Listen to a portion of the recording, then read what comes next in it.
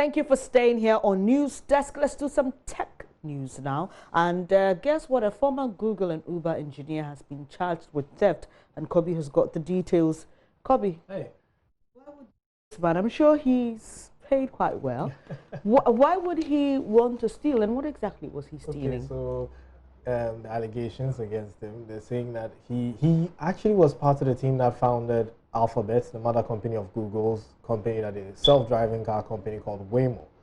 Now he left and set up his own self-driving car company called Otto, which was acquired by Uber.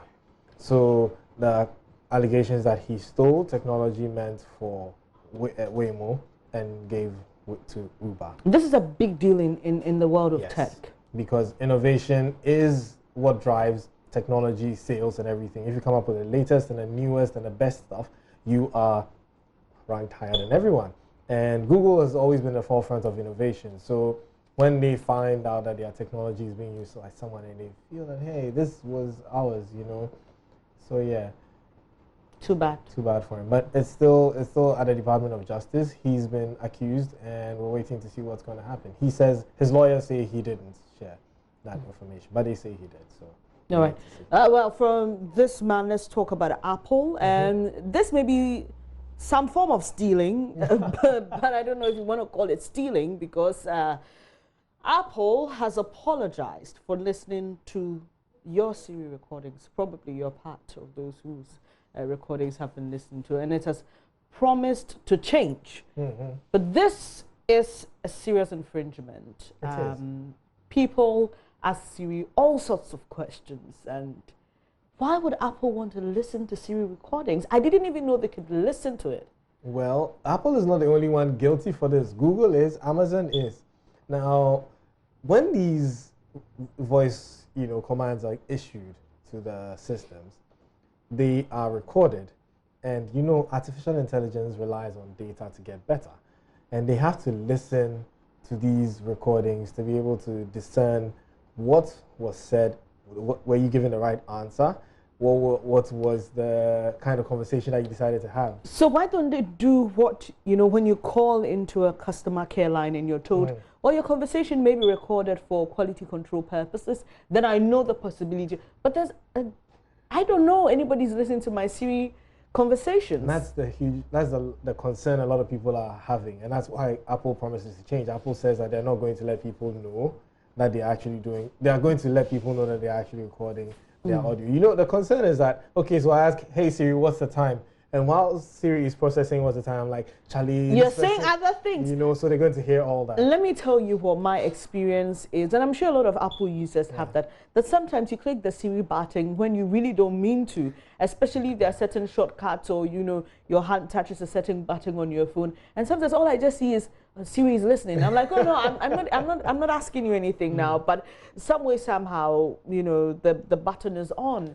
That creates a lot of fear. Remember the last time we discussed the issue of people being able to hack and see what you're doing when you don't have a tape over your camera or over your microphone slot. This is troubling. It is. So basically what they are saying is that they're going to develop a system where humans are not going to be the ones to do this listening. It's only actually going to be done by a system. That way you are sure that the system is going to get it accurately. It's not going to be something that is going to sound like, hey, everything that you said is being listened to by someone. So if I'm gossiping about Bennis, and then someone at Apple says, Spikey's gossiping about Bennis, what's to stop the person from actually taking that audio and sending to? Or if you're someone who, asks some questions deemed to be very problematic. I was just listening to the news. I was listening to the news of this young Iranian who was prevented from entering the US because of what he posted on his social media. Who knows? I may be asking Siri some questions that a certain country thinks, well, we don't allow such people into our country. Anyway, let's move on. Google has removed an app that it's spreading malware. First off, what's a malware? So malicious software, basically. Software that's doing something that it wasn't intended to do. So what we like to call viruses and all that, but every malware has its way of acting or reacting. And in this case, this malware basically, what it does is it serves you unsolicited ads. So if you're using an Android phone, you probably have encountered these ads that pop up when you don't ask for them. Usually comes from a certain app that you've installed. What's this popular app anyway? So it's called Cam Scanner. Ah, yes, it's a very the popular Cam scanner. Yes. Oh. So it didn't affect Apple users, luckily, because of the way Apple's system works. It sort of creates a silo for every single app, so you can't leave an app and go somewhere. So this Cam Scanner application, what it did was it allows people to use a free version, and it shows you ads. Now, one of the ads that was in the app was taking advantage of some, leak and then showing unsolicited ads. So you can be there and then you get pop-up ads from this. Now, Cam Scanner has said that they're working on an update to prevent this from happening again. So it wasn't their fault. So does it mean if I use a phone that runs on a Google Android, I won't have access to this Cam Scanner? No, you will have access, but then they're updating it to a version that will not affect you. Okay. So if you're using it right now, you're having some ads popping up. It's obviously from Cam Scanner. Oh, why? Update it. Yeah. Please do update your Cam Scanner. But staying with Google, Huawei's next phone. Remember, this was such a big deal. Yeah, it still is. Huawei's next phone will not have Google apps.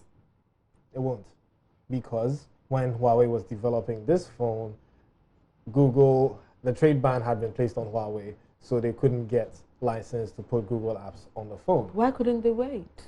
Well, you know how all these phone companies release on certain schedules, and its main competition, the Note 10, is out.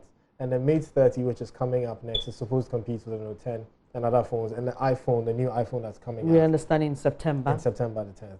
Are you looking forward to getting one? We'll talk about that next. So basically, this Mate 30 is not going to have Google apps. Now, this is a huge concern because the tech market, strives on competition. It lets us, the consumers, have multiple choices. And Huawei has proven to be a good addition to this market. And them not having Google apps, analysts say it's going to really affect their sales. We look forward to seeing what people will be able to do. I suspected so. Yeah. Yeah, but let's see how it goes for Huawei. Thank you so much, Kobe, for bringing us the headlines from the world of tech this week. But coming up shortly in business, co-founder of defunct UT Bank, Prince Kofi Amwabing, vows to revive it in 2 years. Do stay for details.